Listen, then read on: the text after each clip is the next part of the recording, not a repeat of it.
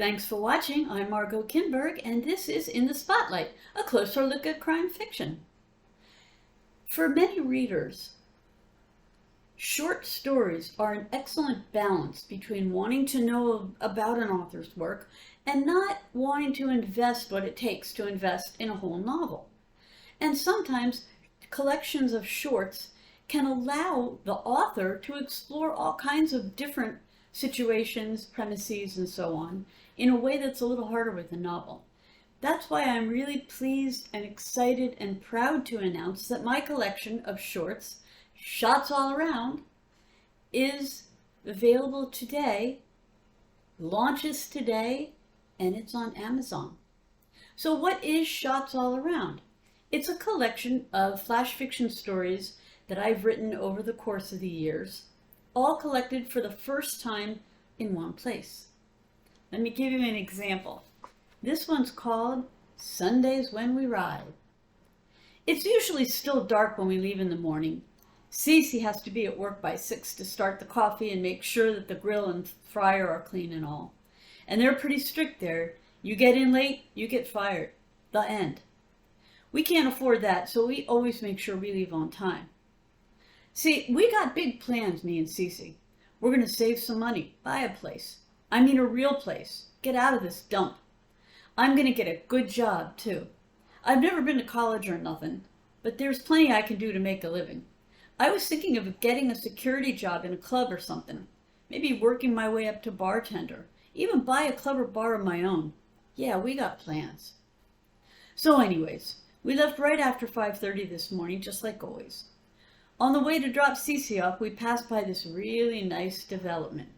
You know, the kind where they have a security patrol and you have to have a Benzo or a Beamer to even go there. The kind we can't afford. Cece said, "Damn, I'd like to live in a place like that." "We will, babe. Promise." Cece smiled at that one. She dreams big too. And we will. She's sick of working at that cheap dive, and I don't blame her. All the guys trying to hit on her and the cheap deadbeats who stiff her. And I'm sick of packing boxes at the warehouse. The job's not so bad, but I work with a bunch of idiots. And the foreman's a kid who has no idea what he's doing. They keep promoting kids and I'll never get a raise. So anyways, I dropped Cece off, and since it was Sunday and I wasn't working that day, I thought I'd stop and pick up a couple of lottery tickets on the way home. The Powerball's up to 200 million bucks. They sell them at Jimmy's Market, so that's where I went. I got out of the car and was heading for the store when I felt something hard poke me in the back. "Pull your hands out of your pockets and turn around real slow," a voice said.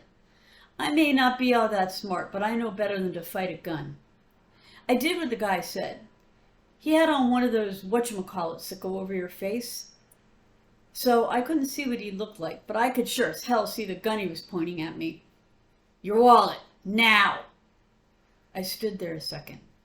No way was he going to get the 20 bucks in my wallet. It was all we had for the next 4 days. Think big, I told myself. "Take a look at me," I said. I think he was surprised that I didn't just hand over my stuff. "Do you really think you're going to get anything worth it? I'm chump change. You won't even get a pack of cigarettes out of what I got." He thought about that for a minute. "You want to do this?" I waved a hand towards his gun. "You got to think big. Go for the money. You don't want to waste your time on a loser." I even surprised myself with that one, but it seemed to work. I licked my dry lips and watched him for a moment. "What do you mean, go for the money?" "What it sounds like.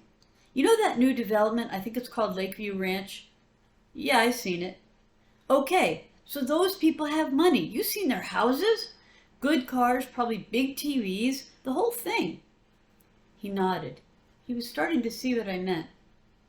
So was I, come to think about it. And it might mean I would stay alive. Let's get something to eat and talk about it. My name's Drew, by the way. Mike.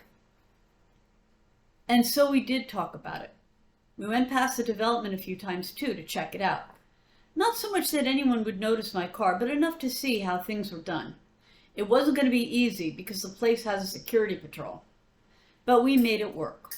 The first time we pretended to be landscapers. Another time, we pretended we were delivery people. That's all Mike's department. He's the creative one, even if he is kind of stupid sometimes. So anyways, me and Mike hit that rich place a few times and got some good stuff. Then last night we went to this one house. We figured it would be our last stop at Lakeview.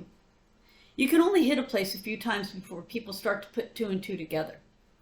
The house looked dark, so we went to the back and peeked into one of the windows.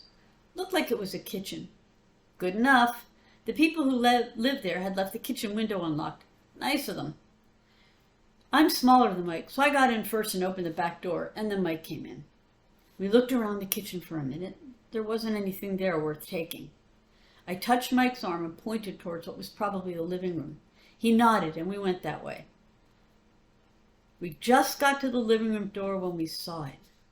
There was a dead man laying on the floor, and a lot of blood.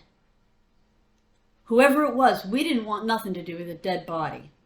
I was just about to point to the kitchen when I heard someone coming down the stairs. "What the hell?" he said. It was a big guy, even bigger than Mike. You could tell he guessed we'd already seen the body. "Good timing," the guy said. "Now I've got a perfect story to tell the cops. You losers came in here to rob me, you saw my buddy here, and you killed him." I hated to do it because I like Mike, but I had no choice. So I shoved hard against Mike, pushed him right into the other guy, and that gave me just the break I needed. I didn't like the way he looked at me as I ran, but like I said, me and Cece got plans. We dreamed big. Let Mike be that guy's alibi. So that's just a taste of what Shots All Around offers. Available on Amazon. Thanks for watching. I'm Margot Kinberg. This has been In the Spotlight.